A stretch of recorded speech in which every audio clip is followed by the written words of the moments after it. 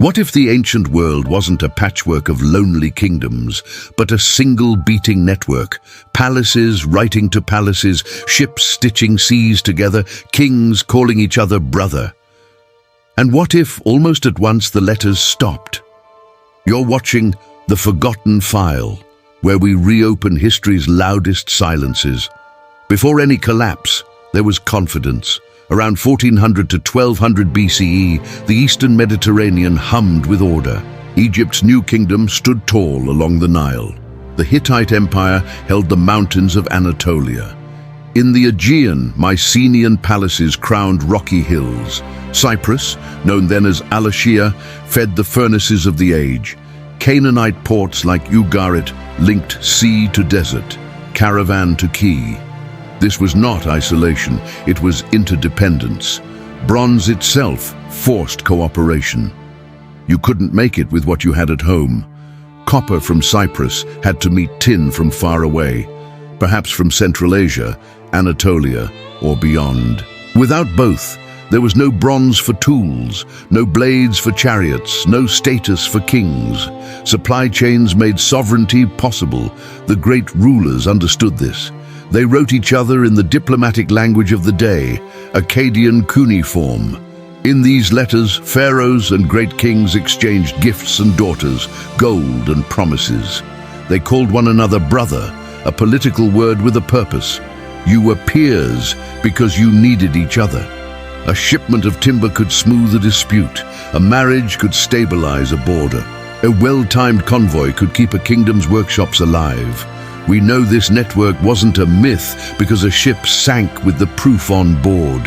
Off the coast of modern Turkey, the Uluburun shipwreck carried a floating warehouse of the late Bronze Age, roughly 10 tons of copper ingots shaped like ox hides, a ton of tin, blue glass and raw glass, elephant tusks, ebony, Canaanite jars filled with resin, beads, jewelry, scarabs, goods from at least 7 regions, all lashed to one deck. That single cargo tells a simple truth. The Bronze Age didn't happen in pieces. It happened together. Inside the palaces, order felt permanent. Imagine storerooms lined with oil, wine and grain. Scribes pressing reeds into clay tablets, recording rations and shipments. At Mycenaean Pylos and Knossos, linear B tablets list flocks and wool quotas, bronze allotments and work teams. Textile industries were massive.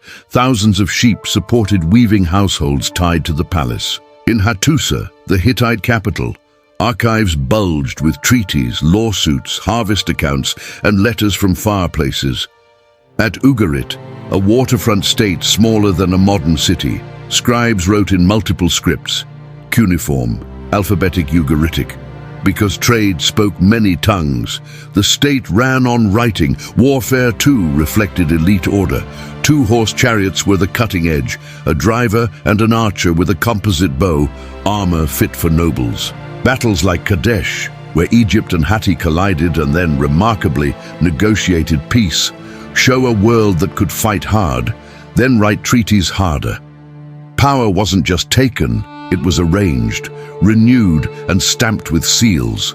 Religion flowed through it all. Kings ruled as protectors of cosmic balance. Ma'at in Egypt, divine favor in Hatti. Temples owned land, employed workers, stored surplus. Oaths sworn before gods stabilized deals when distance made oversight impossible. When grain moved, so did offerings. When letters traveled, so did blessings. The sea lanes were arteries. From the Levant up to Anatolia and west to Greece, ports handled timber from the north, copper from Cyprus, grain from Egypt, luxury from everywhere.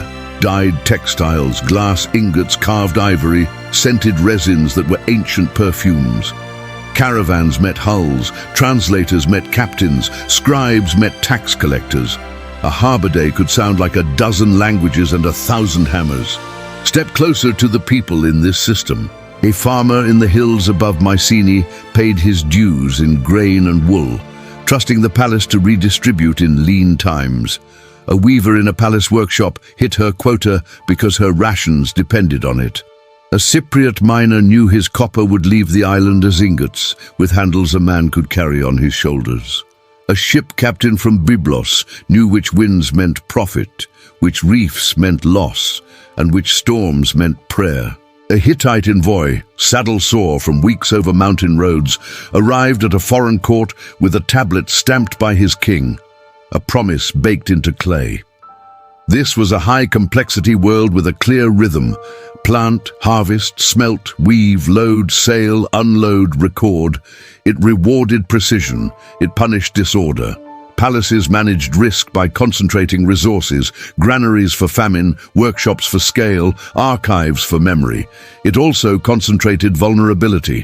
When you rely on far tin and near copper, a missing convoy matters. When your army is built around elite chariots, a shortage of bronze fittings or trained crews can't be fixed overnight. When your scribes track every quota, a fire in the archive erases more than documents. It erases the state's memory of who owes what to whom. Still, in the decades before the fall, confidence, not fear, defined the mood. Egypt and Hatti sealed the first known peace treaty. Mycenaean palaces expanded their fortifications and their storehouses. Ugarit's harbor bustled with renewal projects.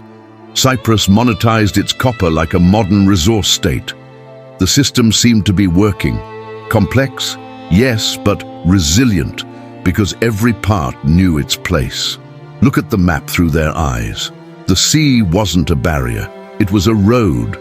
The desert wasn't empty, it was a network of wells and oases with names on tablets. Mountains weren't obstacles, they were borders that treaties could soften. A king didn't just rule land, he managed relationships across distances, vassals nearby, peers abroad, traders everywhere. Even iron, quietly entering the story, didn't look like a revolution yet. Bronze was still the metal of power. Iron was rare, troublesome to make, more curiosity than cornerstone. Nobody thought the metal itself foretold an ending. The palaces were still full, the scribes still busy, the ships still heavy with goods. If you'd visited Ugarit around 1210 BCE, you might have walked past warehouses brimming with resin, copper and textiles, past temples echoing with prayers for safe voyages, past a scribe copying a treaty clause he could recite from memory. You might have looked out to sea and seen 3 hulls on the horizon, one inbound from Cyprus, one outbound to the delta, one hugging the coast toward Anatolia. It would have felt normal. It would have felt permanent. Underneath that permanence, though, you can see the design choices. Centralized control made administration efficient and brittle when shocks hit. Long-distance trade made wealth abundant and fragile when routes faltered. Elite chariots made armies decisive and narrow when warfare changed. The very things that made the late Bronze Age strong in one direction made it exposed in another. But these are observations we make with hindsight. They lived the present. They balanced ledgers, not scenarios. They bet on continuity, because yesterday's system had paid for today's feast. Then, almost at once, letters arrive that sound different. Requests turn urgent. Grain shipments are begged for, not bargained. Reports hint at failed harvests, bandits at sea, and strange ships sailing from unknown shores. Kings ask each other for help, and sometimes don't answer. A world that once spoke in gifts and guarantees begins to speak in fear. In the next, we'll follow the silence as it spreads. Palaces burn in the Aegean, Hattusa falls quiet. Ugarit's last letters plead for aid that never comes. And Egypt survives by the skin of its teeth, not centuries apart, within a few lifetimes. What force can pull the legs from a table this large? Climate, invasion, revolt, all of them at once. The letters will tell us where the breaking started. The gaps between them will tell us how fast it moved. This file is still open. What does it sound like when a civilization dies? It doesn't roar, it fades. The messengers stop arriving. Trade winds carry no sails. Scribes wait with damp clay and no words to press. And then, one day, the letters stop. You're watching The Forgotten File, where we reopen history's loudest silences. begin at the turn of the 13th to 12th century BCE, when certainty began to fray. The same network that once pulsed with copper, tin, grain, and promises started sending different messages, shorter, sharper, frightened. In the Aegean, the palaces of Mycenaean Greece caught fire. Pylos, seat of a king whose scribes tracked everything, burned so hot the clay tablets hardened in the flames and survived. On some of those tablets, the last words are not inventories. They are warnings, watchers posted along the coast, enemy ships sighted, emergency allocations. The archive was preserved precisely because the palace was not. Mycenae itself, crowned in cyclopean walls, suffered destruction and repairs and more destruction. Tyrins, Thebes, across the mainland, great houses were sacked or abandoned, not over leisurely centuries, but within a few decades. The handwriting of a world changed from careful ledgers to frantic lists, then to ash. Across the water, the Hittite Empire, massive, legal-minded, anchored by its capital Hattusa, went quiet. The citadel, once crowded with treaties and storehouses, shows a burn layer and then absence. Letters stop using the word Hatti. The kings of neighboring lands no longer write to Hattusa. They write about it in the past tense. Some survivors may have fled south to a city called Tarhuntassa. Others vanished into the names that came after, Phrygians in the highlands, new peoples moving in. An imperial voice went mute. On the Levantine coast, the small but mighty state of Ugarit wrote its last pleas. The king begged for grain. He warned of enemy ships burning towns and fields, while his own forces and allies were far away. He asked a foreign ruler to return a convoy, to send help, to act quickly. Help did not arrive.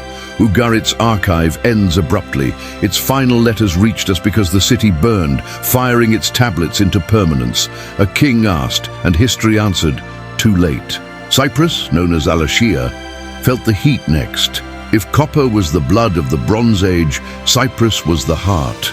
But its settlements showed destruction and disruption, and copper shipments falter. The furnaces go quiet. Without Cyprus, bronze becomes scarcity. Scarcity becomes crisis. Egypt, long the heavyweight of the region, faced a different trial. In the reigns of Merneptah and Ramesses III, inscriptions and reliefs record battles against confederations of raiders and migrants the Egyptians called the Sea Peoples. Longboats, ox carts, families on the move, warriors with round shields and feathered headdresses, this is how Egypt carved them into stone. Ramesses III claimed victory by land and by sea. Egypt survived.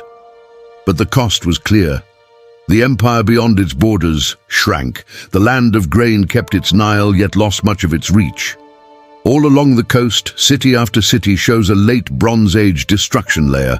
Ash, toppled walls, smashed jars in storerooms that were never refilled. Ashkelon, Lachish, Hazor in the north, some rebuilt, others not. In the highlands and inland valleys, new settlement patterns appear. Smaller sites on hilltops, different pottery, different habits. The old web thinned, and in its gaps, new threads formed. While the palaces burned, letters elsewhere speak of hunger. A king asks another for grain. An official notes that rains failed and caravans have not returned. Lake levels and pollen cores, nature's own records, confirm drying in parts of the Near East. Drought does not leave signatures in archives, but it leaves them in wood and mud and seed. Put those together with grain requests and the story tightens. Empty storehouses, failed harvests, trouble in the countryside. Trade routes, once protected by wealth and treaties, became targets for piracy and desperate raids. Convoys that stitched the seas together carried risk as well as goods, and when risk grew faster than returns, the math failed. Merchants disappeared, scribes wrote fewer receipts, toll collectors had fewer ships to tax, the hum of the harbors slowed. For a moment, hold the map in your mind. Mycenaean envoys crossing to the Levant with perfumes and textiles. Hittite couriers riding mountain roads with tablets wrapped in cloth, Ugaritic captains loading resin and copper, Cypriot miners shouldering ingots shaped to fit a man's back, Egyptian scribes counting grain in the delta. Now erase them one by one. Take away a harbour here, a convoy there, a court that no longer answers, a capital in flame. That is how a network collapses in a lifetime. Not by a single blow, but by dozens, delivered close together. The phrase, "sea peoples," tempts simple answers. Resist that. The name is Egyptian, a label for confederations of groups. Some seaborne, some migrating by land, some perhaps refugees pushing others ahead of them. They were not one tribe. They were a symptom and a cause. Pressure on coasts and convoys helps explain fires and falls. It does not explain drought inland. It explains some destructions. It does not explain why writing stopped in Greece. Every answer you like leaves other questions standing. What did it feel like to live through this? Imagine a scribe in Ugarit, setting a tablet to dry and hearing screaming in the distance. A palace weaver in Pylos, whose rations stopped coming. A Cypriot coppersmith staring at an empty dock where the tin ship should be. A Hittite envoy holding an unread treaty in a city where the king has fled. You don't need panic to end a system like this. You need enough disruptions arriving faster than people can adapt. The rest is gravity. One signature of the speed. Debris that no one cleaned. Ruin layers filled with broken goods and stores left where they fell, as if there was no time, no workforce, or no reason to rebuild. Another signature. Silence across distance. Letters answered by fire. Promises folded into unopened clay. It is easy now to see the warning signs. It was not so easy then. The year before a collapse looks like the year before. A shortage looks like a delay. A missed shipment looks like bad luck. A last letter sounds like a next one is coming. And then there is nothing. The web that made the late Bronze Age brilliant made it brittle. A palace could plan for a bad harvest. It could not plan for failed harvests across multiple regions, a spike in raids, the loss of key shipments, and the sudden necessity of fighting a new kind of war. Chariots dominated open plains, but raiders and infantry in rough country, or the need to defend many coastal points at once, shifted the advantage. A state built on elite specialists found itself needing flexibility it had not trained for. By roughly 1150 BCE, the map looks different. Mycenaean palaces are ruins or memories. Hattusa is cold. Ugarit is ash. Egypt stands but looks inward. Cyprus changes hands and habits. In the gaps, the southern Levant's coast, the highlands, the islands, new names emerge. Some will become the peoples later known to Iron Age scribes. Some will be lost to the soil and shards they left behind. This was not the end of the world. It was the end of a world, a system knit tight enough that when it tore, no single thread could hold the weight. In the next, we lay the suspects on the table and test them. Climate shocks, drought and famine, migrations and raids, earthquakes, internal revolt, disease, the tin problem, and the slow rise of iron. Everyone explains a piece, none explains it all. And that may be the real lesson. Complex worlds fail in complex ways. The letters will not speak again, but the ash, the pollen, the ruins, and the gaps, they still do. This file is still open. Everyone wants a single smoking gun. A switch you can flip from golden age to ash, but history rarely obliges. Bring me one culprit for the late Bronze Age collapse, and I'll show you the evidence it can't explain. Bring me 5, and I'll show you how they work together. You're watching The Forgotten File, where we reopen history's loudest silences. Let's put the suspects on the table, one by one. What each explains, what each doesn't, and why the pattern only makes sense when the culprits collide. Start with climate, drought and famine. Not a headline, a process. Pollen locked in lake beds and marshes across parts of the Near East shows drying in the late 13th and early 12th centuries BCE. Tree rings thin. Grain requests multiply in letters between kings. "Send wheat," a ruler pleads. "There is hunger in my land. When rains fail, harvests shrink, prices rise, and the poor leave the fields for the roads. Famine breeds unrest. Unrest invites violence." Climate stress explains empty granaries and appeals for grain. It explains the push from marginal lands toward richer ones. But drought doesn't burn archives by itself. It doesn't sink ships. It doesn't teach infantry how to defeat chariots. Climate is a pressure. The break comes when pressure meets fragile structure. Now, earthquakes. The eastern Mediterranean is a restless zone. Archaeologists point to an earthquake storm, clusters of quakes across the Aegean and Anatolia around this time. Walls tumbled in ways fire doesn't mimic. Thresholds twisted, masonry shifted, floors dropped. At some sites you see a ruin layer that screams seismic, not siege. Imagine palaces already stressed by poor harvests and political anxiety, then a night of shaking that knocks storerooms down on their jars. Earthquakes explain certain destruction layers and sudden abandonments, but they don't account for region-wide trade collapse. They don't explain why writing disappears in Greece, and earthquakes don't coordinate with last letters begging for ships and soldiers. Like drought, they're a blow, devastating, local, episodic, alone, not enough. Then invasions and migrations, the sea peoples, the most famous suspect. Egyptian reliefs show long ships, feathered helmets, round shields, ox carts carrying families. Inscriptions from Merneptah and Ramesses III tell of confederations attacking by land and sea.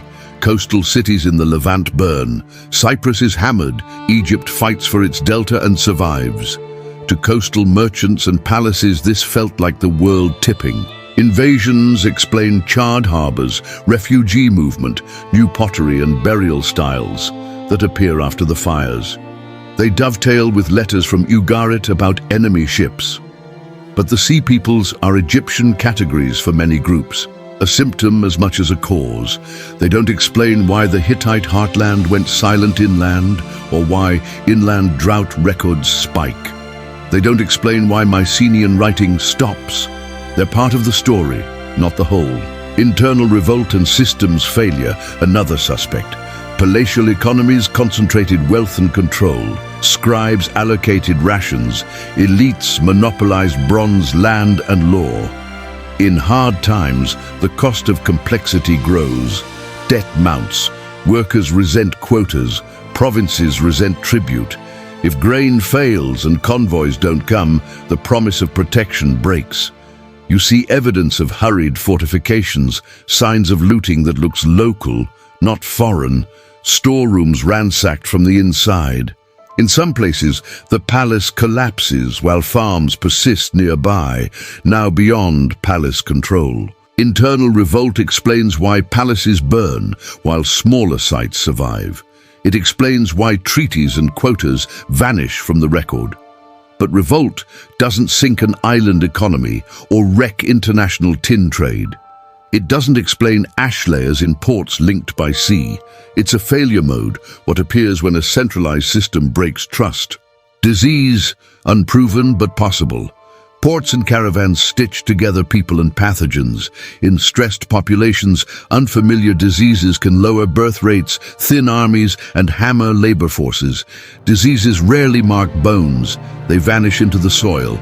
We lack the ancient DNA to prove a pandemic here, but as an accelerant, on top of hunger, war, and flight, it fits the pattern. It explains why weak places didn't bounce back quickly. It can't stand alone. It may have played a quiet, deadly harmony under the louder notes. Now the tin problem.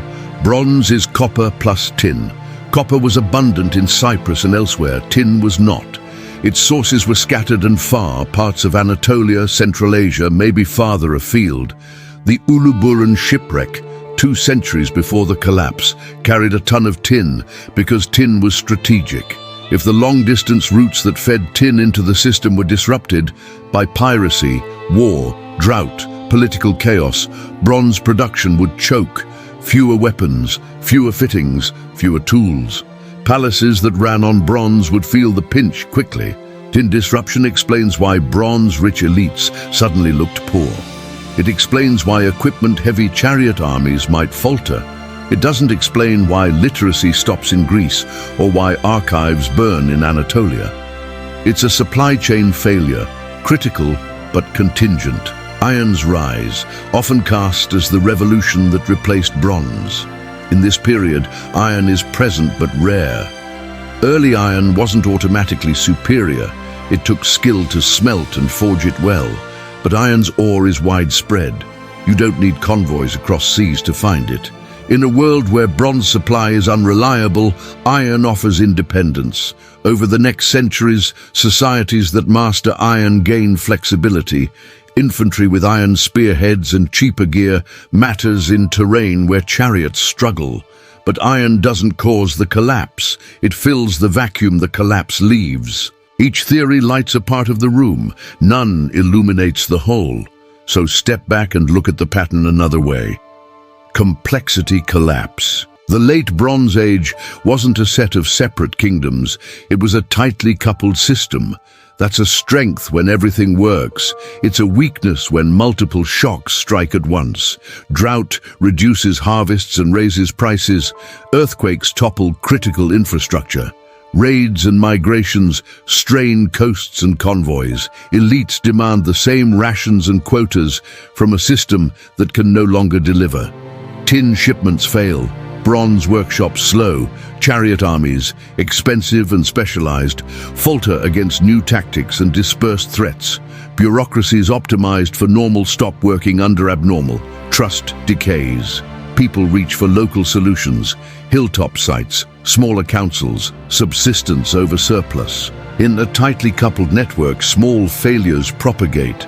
A missed shipment in Cyprus means no bronze fittings in the Aegean, which means fewer chariots ready at Pylos, which means a coast is softer to raiders, which means the palace must divert grain to soldiers, which means textile workers miss rations, which means production drops, which means export partners don't get what they expect, which means a treaty is strained, which means a convoy sails without escort, which means it doesn't arrive. Repeat, multiply, add an earthquake, add 2 dry years, add a band of displaced families looking for land, add 1 bad decision by a tired king. That's how a world ends, in cascades, not in a single crash. Think of Joseph Tainter's argument in simple terms. Complexity buys you solutions until the cost of maintaining complexity outweighs the benefits. Palaces centralized risk management and made prosperity possible. They also centralized failure. When too many legs of the table are kicked in quick succession, the tabletop flips. This also explains the uneven map of ruin. Some places burned and never recovered. Others adapted, shrunk, shifted inland, changed diet, changed pottery, changed gods. In the southern Levant, new groups appear with distinct material culture, later labeled by Iron Age scribes as Philistines and others. Inland highlands see small, scattered sites with simple architecture and new habits. Phoenician cities rise from older Canaanite ports, turning outward with nimble ships. Egypt survives in its core while letting go of distant holdings. Iron slowly becomes common not because it's magical, but because it's practical when long-distance tin is not. The beauty and the warning of this story sit together. The beauty, a world that linked deserts, mountains, and seas into a single conversation. The warning, linkages are liabilities in a storm. So when you hear a confident answer, it was the sea peoples, or it was a drought, or it was earthquakes, remember what each can and can't carry. Each explains something, none explains everything.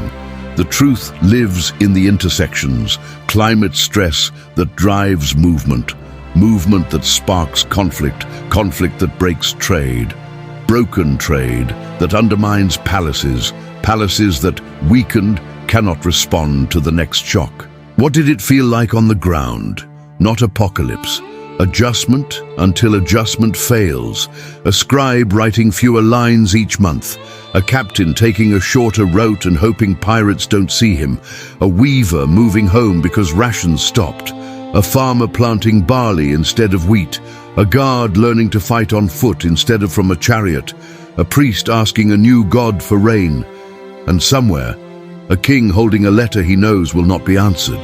By the mid-12th century BCE, the system that called itself permanent had become memory.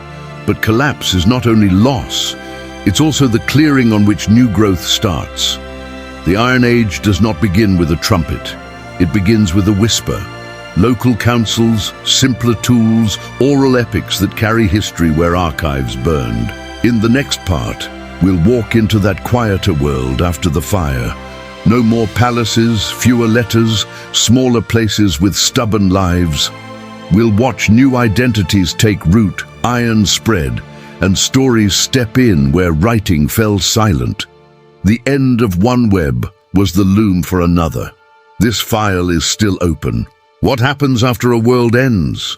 Not apocalypse, not credits. Life keeps moving, quieter, closer to the ground. The great halls go dark, and small fires appear on hilltops. Writing falls silent, and memory moves to the mouth. You're watching The Forgotten File, where we reopen history's loudest silences. The map around 1150-1050 BCE looks familiar in outline, but different in feeling. The palaces are gone, the archive rooms are cold, the ledger keepers have no ledgers to keep. Across Greece, Anatolia, Cyprus, the Levant, and Egypt's edges, the late Bronze Age web has snapped, and in the spaces where its threads used to hum, new habits take root. Start in the Aegean. The Mycenaean palaces have burned. Linear B, their script, disappears. For a few generations, writing vanishes entirely. Pottery styles shift from ornate palace designs to simpler shapes and sober lines, what archaeologists call proto-geometric and geometric. Populations contract. Many coastal sites shrink or empty. People move inland and uphill. Fortified hilltop settlements, small, defensible, dot the landscape. Herding and subsistence farming dominate. Trade doesn't end, but it becomes thin, local, opportunistic. You don't send a fleet, you send a cousin. The absence of writing doesn't mean an absence of story. It means story changes mediums. In Greece, oral traditions carry memory where tablets once did. Songs and tales grow around the ruins, stories of great houses that fell, of kings whose choices led to flame, of long voyages and sieges and homecomings that took 10 years. Centuries later, when the Greek alphabet arrives, parts of those stories become the epics we know. But in this moment, they're simply what people say at night to explain the broken stones on the hill. Move east to Anatolia. Hattusa is quiet, but the land is not empty. In the south and southeast, smaller Luwian and so-called Neo-Hittite kingdoms appear. Carchemish, Melid, Kumu and others, city-states and small polities with their own inscriptions and reliefs, keeping some Hittite traditions alive in scaled-down forms. They build gates and lions in stone, write in hieroglyphic Luwian, and negotiate a rough balance with incoming groups and rising neighbors. The age of an empire is over. The age of bargaining city-states has begun. On Cyprus, the blow to copper and trade forces change. Some sites are destroyed, others reorganize. New pottery styles and burial customs suggest both continuity and movement. People staying, people arriving. Cyprus remains a node in Eastern Mediterranean exchange, but its role shifts. The weight of the old copper empire is gone, replaced by nimbler ports that watch the sea warily and trade when they can. On the Levantine coast, fires and ash give way to new names. Material culture changes in places like Ashkelon, Ashdod, Ekron, Gath and Gaza. Pottery with Aegean influence appears, then adapts locally over generations. These are the ancestors of the people later called Philistines in Iron Age texts. Not one invading tribe, but a set of communities shaped by migration, marriage and proximity, becoming something new in a new land. Farther north, the cities we will later call Phoenician, Tyre, Sidon, Byblos, and others, tighten their grip on the sea. They inherit the Levant's old coastal skills: shipbuilding, dyeing, glass, cedar trade. In a world of smaller states and fewer treaties, nimble seafaring becomes a superpower. Over the coming centuries, their ships will stitch a different kind of network, with colonies and trading stations reaching west. The Bronze Age spoke in convoys. The early Iron Age will speak in routes. Inland, populations adjust. The highlands of the southern Levant see small, scattered settlements, four-room houses, terrace farming, cisterns and field walls, simple pottery, few status goods, herds and barley. These look like people making do without palaces, a localism born of necessity. Later texts will name some of these highland groups as early Israel.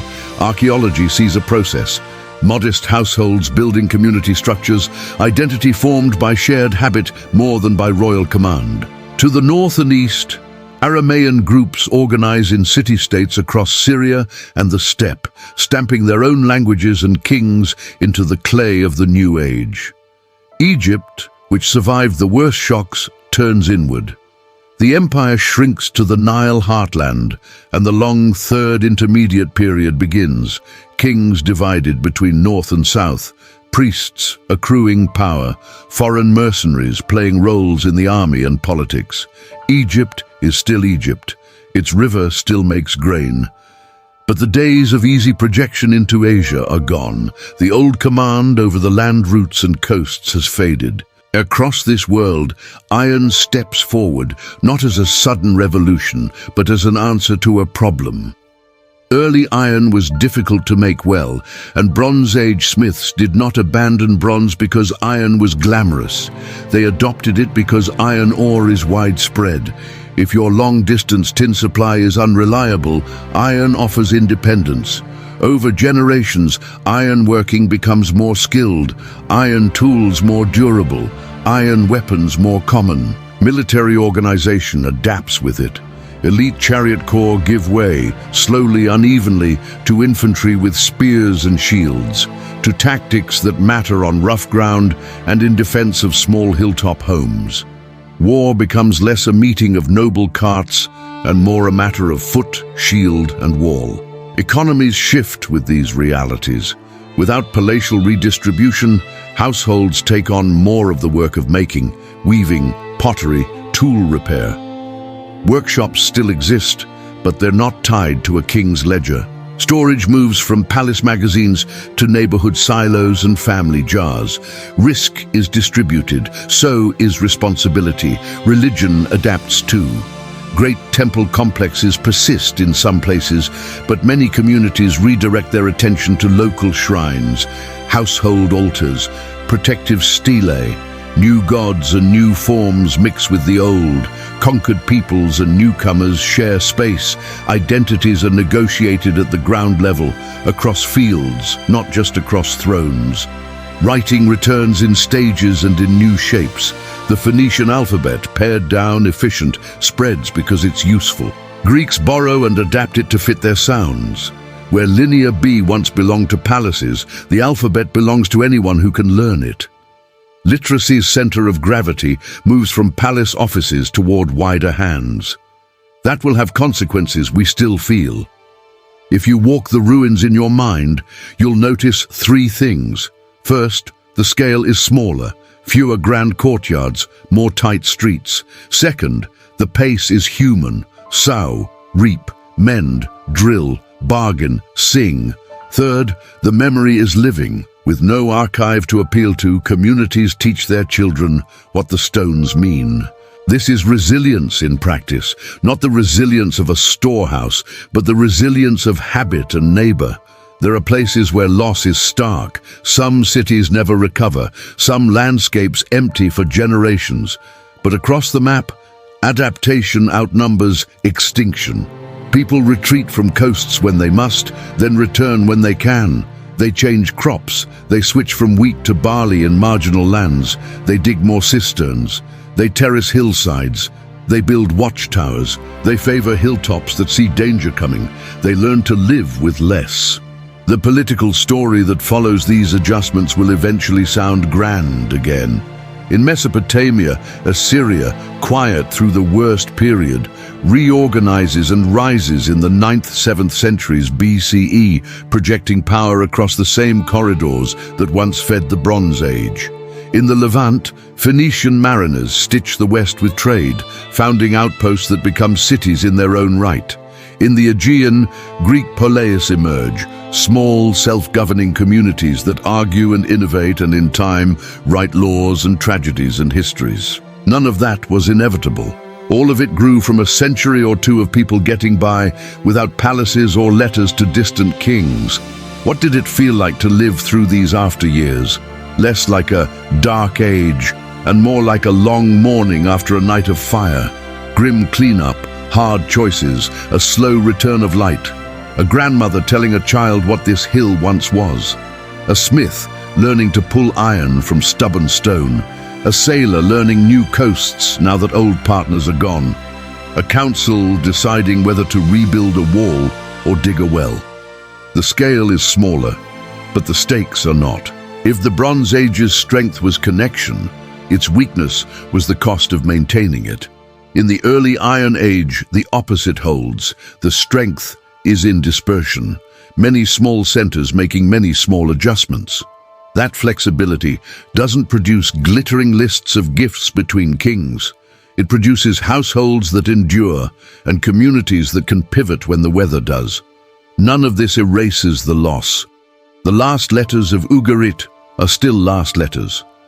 The archive rooms of Hattusa are still ash. The palaces of Mycenae are still walls open to the sky, but loss is only one story. The other is what people did next. In the final part, we step from past to present. We'll ask what this collapse, its causes and its recoveries, teaches us about our own interconnected systems, supply chains that hum until they don tea, climate patterns that stress the margins first, and the difference between a brittle network and a resilient one. The warning is real. So is the playbook. This file is still open. A world doesn't end and teach nothing. The late Bronze Age didn't just leave ruins. It left us a manual, half-burned but legible, on how complex systems fail and how people survive them. You're rewatching The Forgotten File, where we reopen history's loudest silences and ask what they were still trying to warn us about. We've walked through glory, flame, and aftermath, palaces humming with ledgers and bronze, letters turning from gifts to pleas, ash where archives once stood, smaller places making smaller, smarter choices. Now we turn the lens around. What does this collapse teach us about our own age? Its strengths, its vulnerabilities, and the ways to bend without breaking. Start with the simplest lesson, the one we keep forgetting. Interdependence is power, and it is risk. The late Bronze Age was strong because its parts were connected. Copper here, tin there, grain from this river, timber from that mountain.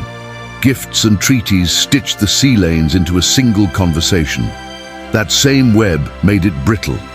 When drought shrank harvests, convoys thinned.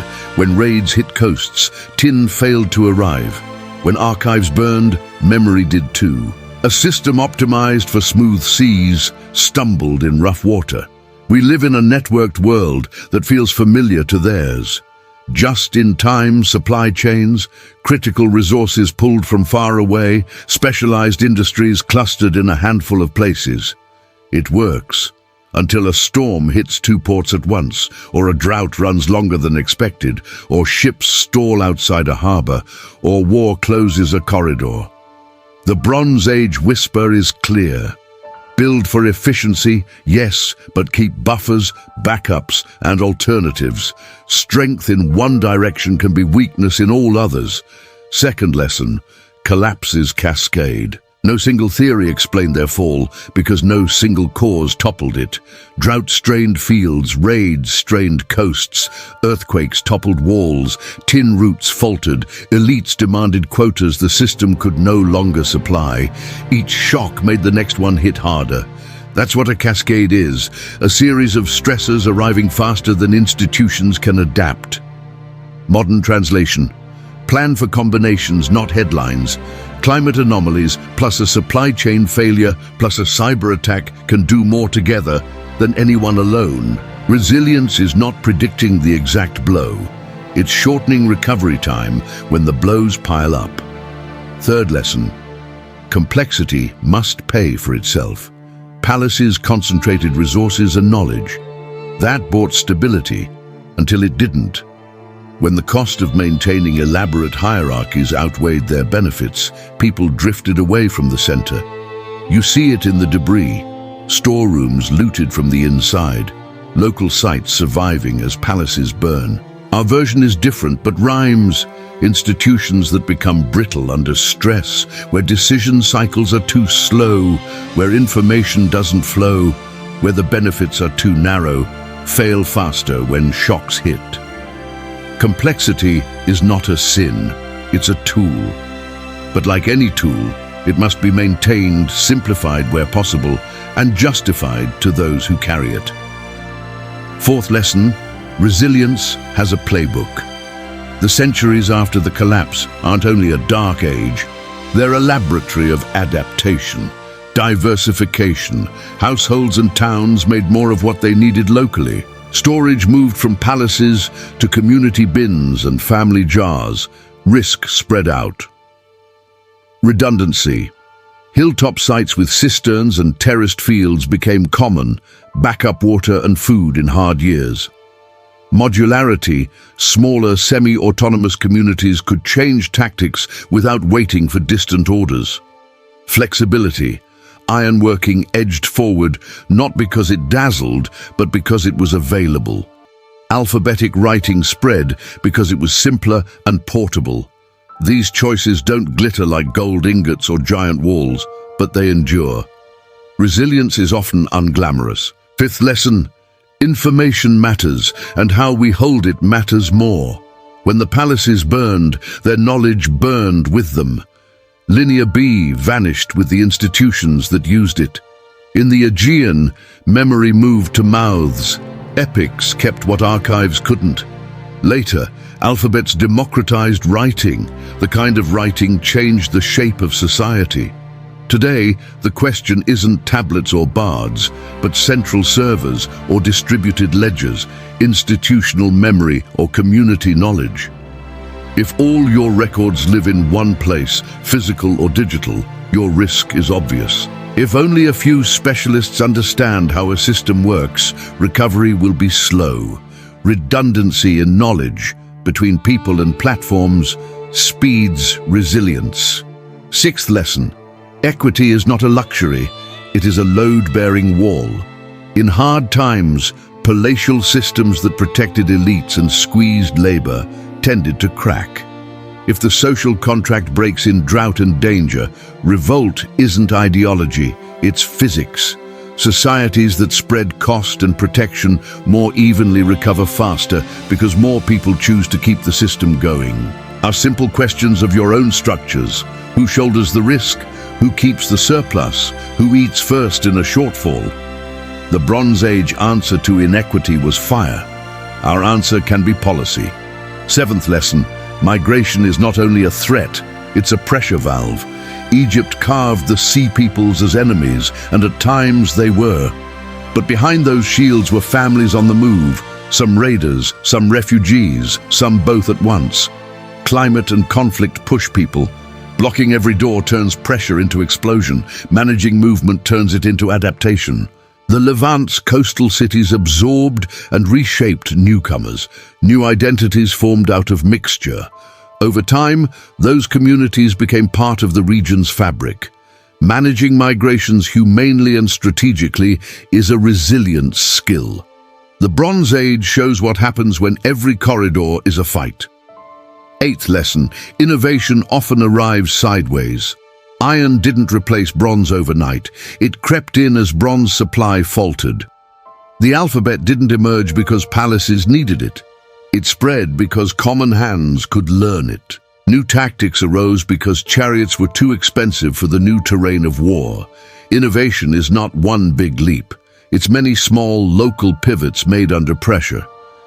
If you want to see the future, watch the margins. That's where people have to be clever first.